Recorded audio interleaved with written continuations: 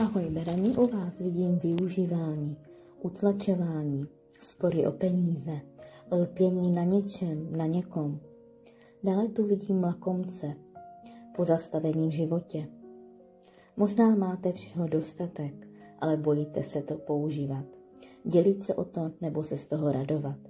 Něco vás ohrožuje, buď vaše vlastní obavy, nebo někdo, kdo se vám snaží vzít to, co je vaše.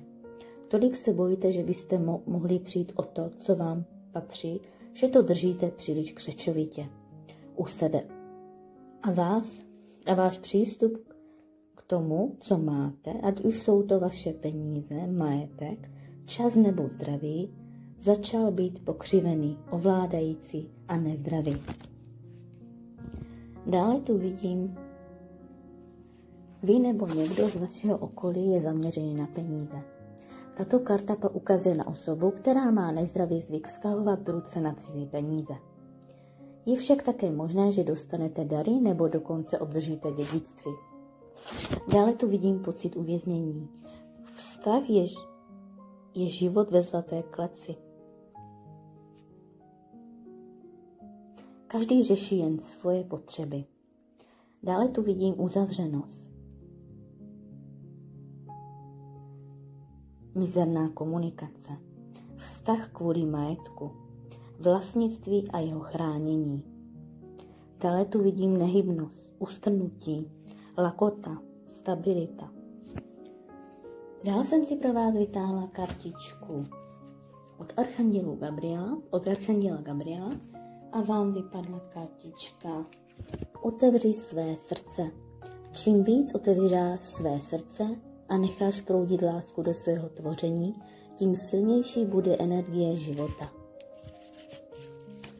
Otevři své srdce, klíčem ke všemu, co hledáte, je láska a právě to vám karta připomíná.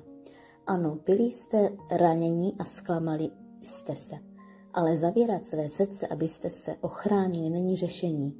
Když se rozhodnete otevřít své srdce, bude světlo lásky svítit tak jasně, že se ozáří vás i vaše dílo. Táhle záře přitáhne jako magnet všechny správné lidi, kteří vám poskytnou oporu a pocit blízkosti. Tvoříte-li s otevřeným srdcem, lidé intuitivně cítí energii léčivé lásky v tom, co děláte, a to je přitahuje jako magnet. Požádejte Boha, Panu Marii, Ježíše a Archanděla Gabriela, aby vám jejich srdce pomohla odstranit staré bolesti a vyhlížejte směrem ke šťastnějším obzorům plným naděje a lásky. Druhá kartička. Vám vypadla kartička vnímavost. Tvoje citlivé vnímání je tvojí můzou a tvůrčí inspirací. Dostali jste tuto kartu, protože procházíte obdobím ještě větší citlivosti a vnímavosti než normálně. V této době je pro vás nesmírně důležité, abyste se chránili od hrubé energie. To znamená říkat ne pozvánkám na společenské akce, na nichž byste se necítili úplně příjemně. Naopak je pro vás dobré, když vaše vnímavost může proudit do vašich kreativních projektů a sloužit vám jako vaše můza. Buďte si jistí, že ostatní vnímaví lidé ocení, když odkryjete svoji pravdu skrze své umění. Pomůže jim to, aby se s vámi spojili a necítili se osamocení. Děkuji za pozornost, mějte se krásně. Ahoj býci, u vás vidím posun, naléhavost, rychlost a pohyb. Dále tu vidím rychlou komunikaci. Pro někoho tu vidím rozčilení, unáhlenost, překvapení, vzrušující rušné období, zájem o rychlý sex a jedno s kým, seznámení s krátkým trváním, flirt, mnoho povrchních seznámení nebo ctitelů. Dále jsem si pro vás vytáhla kartičku Archanděla Gabriela a vám vypadla kartička Důvěřuj svému tvoření, důvěřuj síle boží kreativity, která se skrze tebe projevuje. Tato karta říká, že jste talentovaní a zároveň velice vnímaví. Obojí jde ruku v ruce, neboť vaše silné emoce jsou pohonem pro vaši kreativitu. Tato zvyšená vnímavost má ale i odvrácenou stranu. Někdy máte jiný názor než druzí, kteří se tváří, že vědí, co je správné. To ve vás může vyvolat obavy, že vaše umělecké vyjádření nebude na veřejnosti dobře přijato. Možná si děláte starosti, zda finančně vystačíte. Budete-li se věnovat své tvůrčí práci. Tato karta vám přichází jako ujištění, že existují lidé, kteří budou milovat to, co děláte a kteří vás budou podporovat tím, že si vaše díla budou kupovat. Naplňte své tvoření láskyplnou energií, nikoliv energii obav. Tahle energie k sobě přitáhne každého, pro koho bude vaše práce požehnáním. Děkuju za pozornost, mějte se krásně. Ahoj blíženci, u vás vidím velká fantazie, okouzlení, iluze, touhy a přání, žádosti, sny, představivost, opojení iluze, růžové brýle, něco si nalhávat, lhaní ve vztahu nebo manželství, nečestný partner. Dále tu vidím nevěru. Dále jsem si pro vás vytáhla kartičku Archanděla Gabriela a vám vypadla kartička média. Víc lidí oslovíte prostřednictvím sdělovacích prostředků, ať už obrazových, mluvených, tištěných nebo online. Je potřeba, aby to, co ostatním chcete sdělit, se dostalo k co největšímu počtu lidí.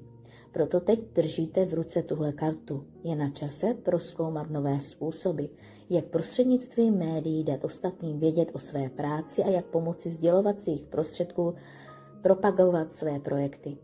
Pokud se vám už dostalo vedení, že se máte více prezentovat v médiích, považujte tuto kartu za další pobídnutí, abyste tak učinili.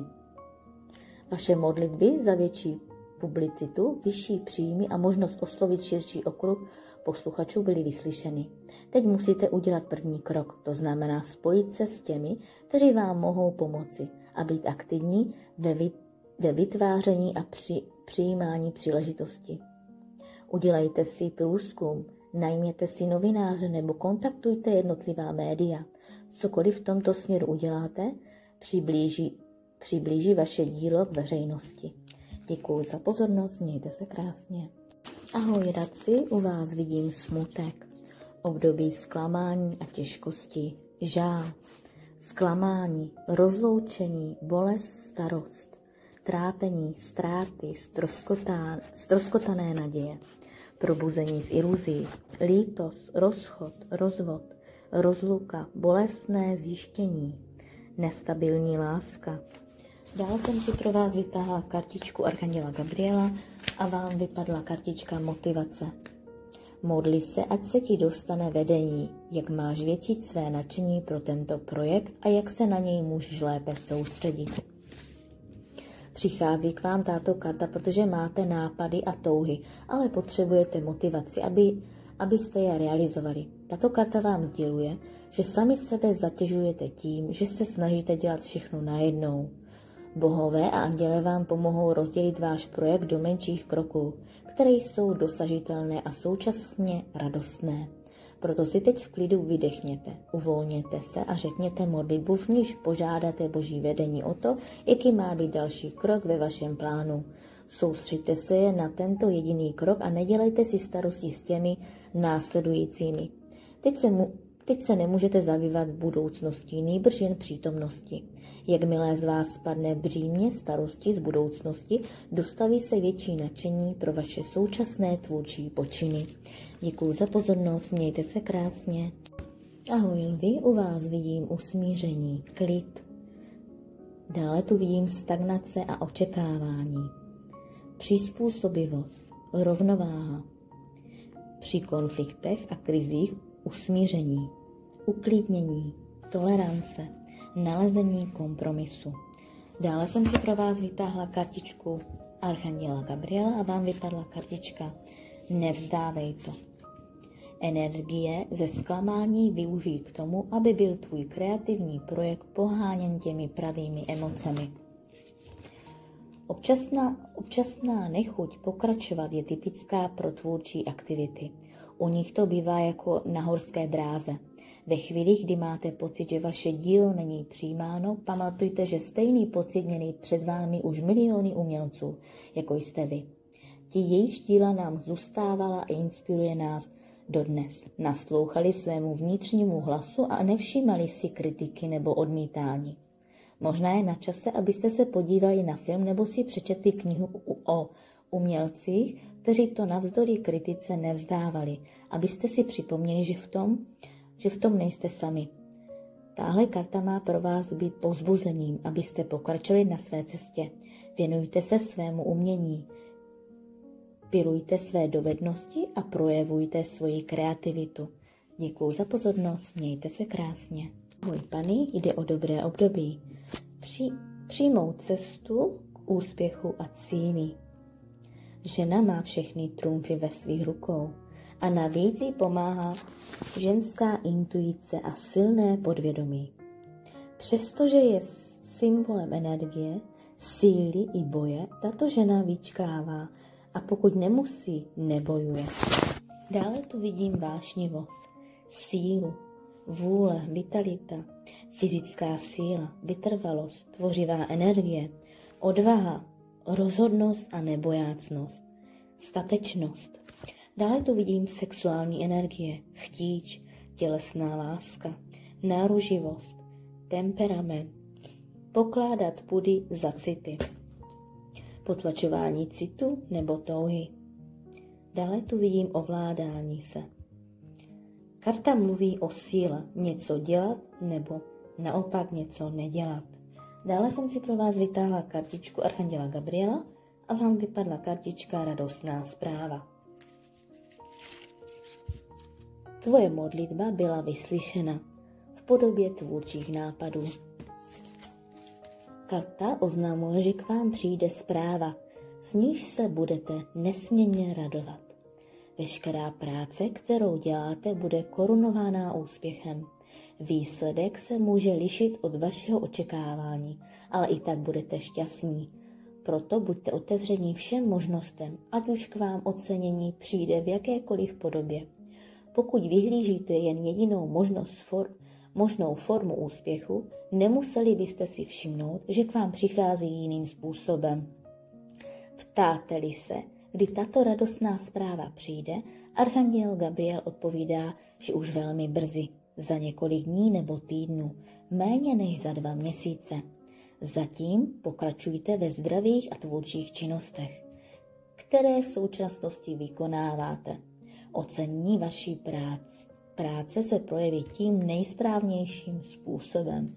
Děkuji za pozornost, mějte se krásně. Ahoj váhy, u vás vidím úspěch, sebeuskutečnění, prosazení, vyznamenání, vůdcovství, být pyšný na vztah nebo partnera.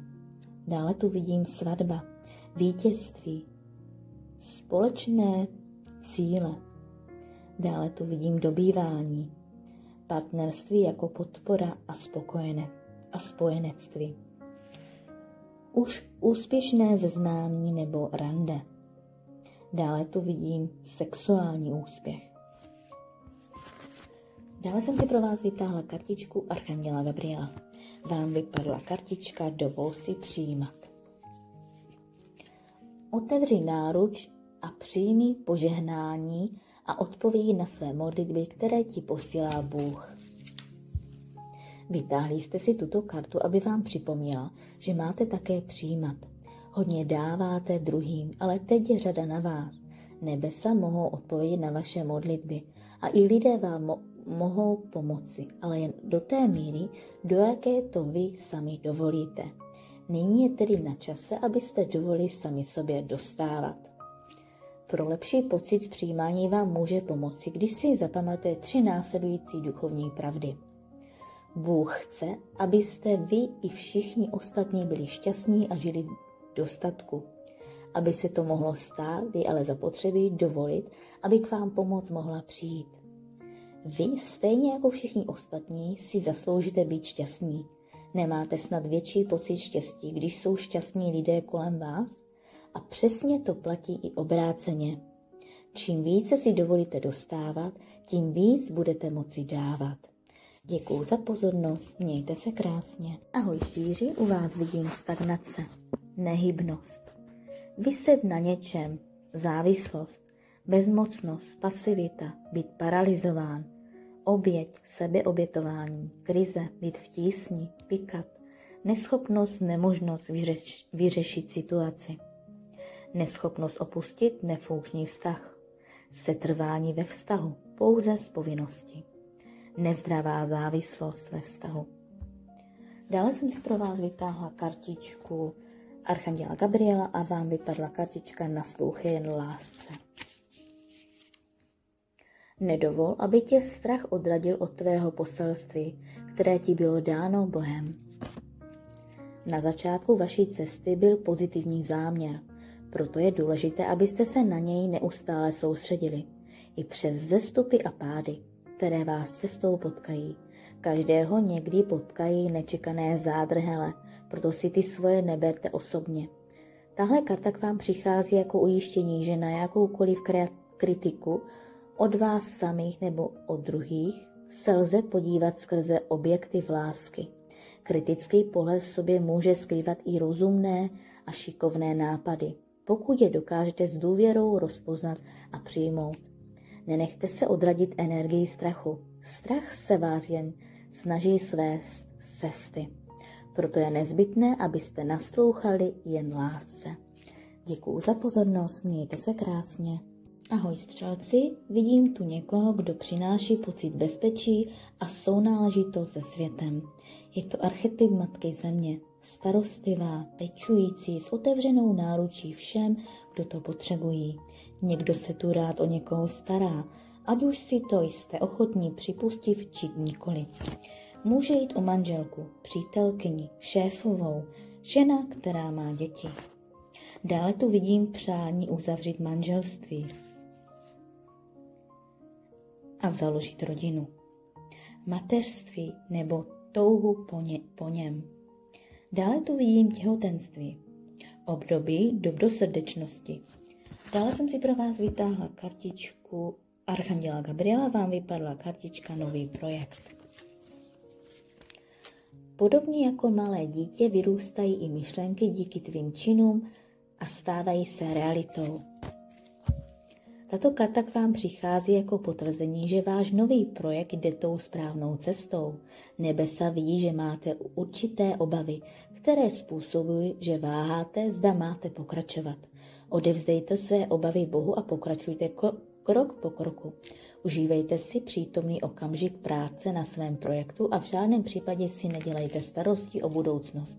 Archanděl Gabriel vás také vede k tomu, abyste se vyhnuli kompromisům nebo přizpůsobování svému projektu tak, jak si myslíte, že to zákazníci chtějí. Zcela se ponořte do své vize a nechte své dílo, ať je odrazem vaší vnitřní pravdy. Děkuju za pozornost, mějte se krásně. Ahoj kozorozi, u vás vidím těžký odchod. Neradostná cesta, povinnost, placení za chyby, nezájem, nezaujatost, odvrácení se, nechuť, loučení s těžkým srdcem.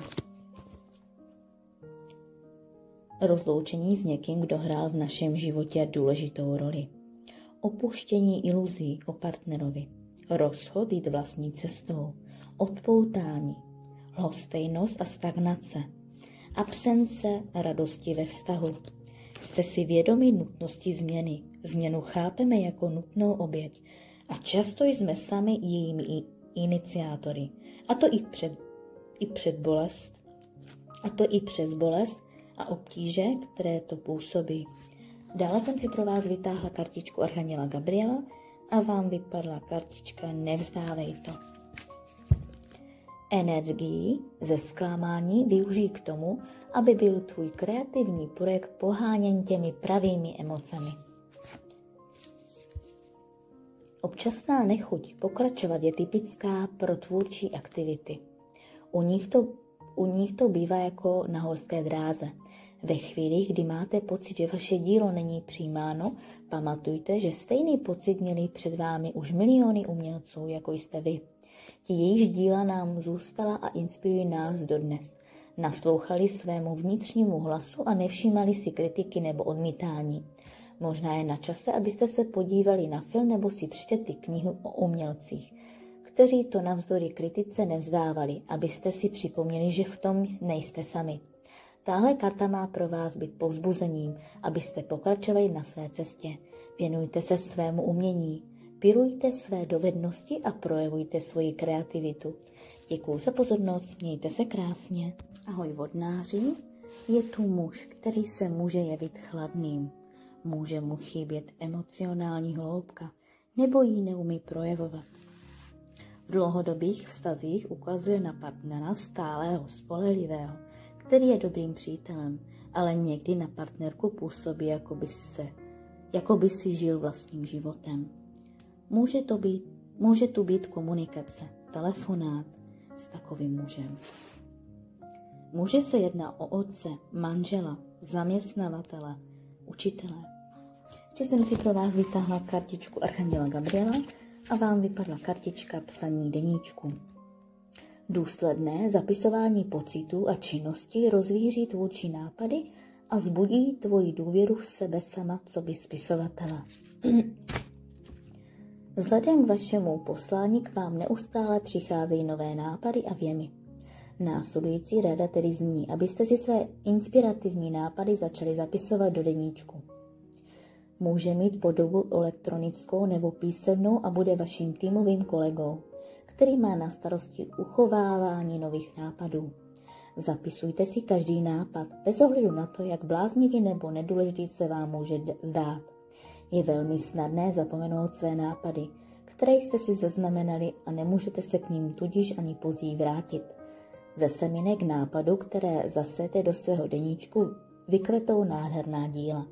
Děkuji za pozornost, mějte se krásně. Ahoj ryby, u vás vidím ztráta jistot, potíže, strádání, krize, materiální problémy, ztráty nebo bída, pocit ožebračení, těžká doba, nespokojenost, vyloučení od někud. Dále tu vidím krize vztahu, beznaděj, trápení, pocit nemilovanosti, citová chudoba, nejistota, osamocenost a odloučení, zablokovaná komunikace. Dále jsem si pro vás vytáhla kartičku Archanděla Gabriela a vám vypadla kartička Prosperita. Díky tvým činům k tobě přichází hojnost.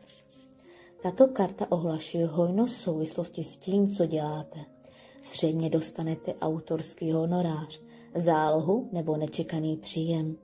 Tato karta k vám přišla, aby vám ukázala, že se máte přestat bát o svůj blahobyt, vytvářet si idealizované představy, hladovějícího umělce, nebo mít pocit, že si nezasloužíte bohatství. Vnímejte peníze jako nástroj, který vám poskytuje více času a svobody k tomu, abyste se mohli věnovat svému tvoření. Vaše dílo bude inspirovat mnohé a mnohým také pomůže. Proto dovolte sobě dostávat takovým způsobem, aby z toho měli užitek i druzí. Čím víc vy dostanete, tím víc budete moci dávat ostatním. Děkuji za pozornost, mějte se krásně.